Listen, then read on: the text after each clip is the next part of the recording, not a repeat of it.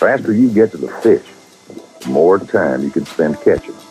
And nobody understands fast like Evinrude.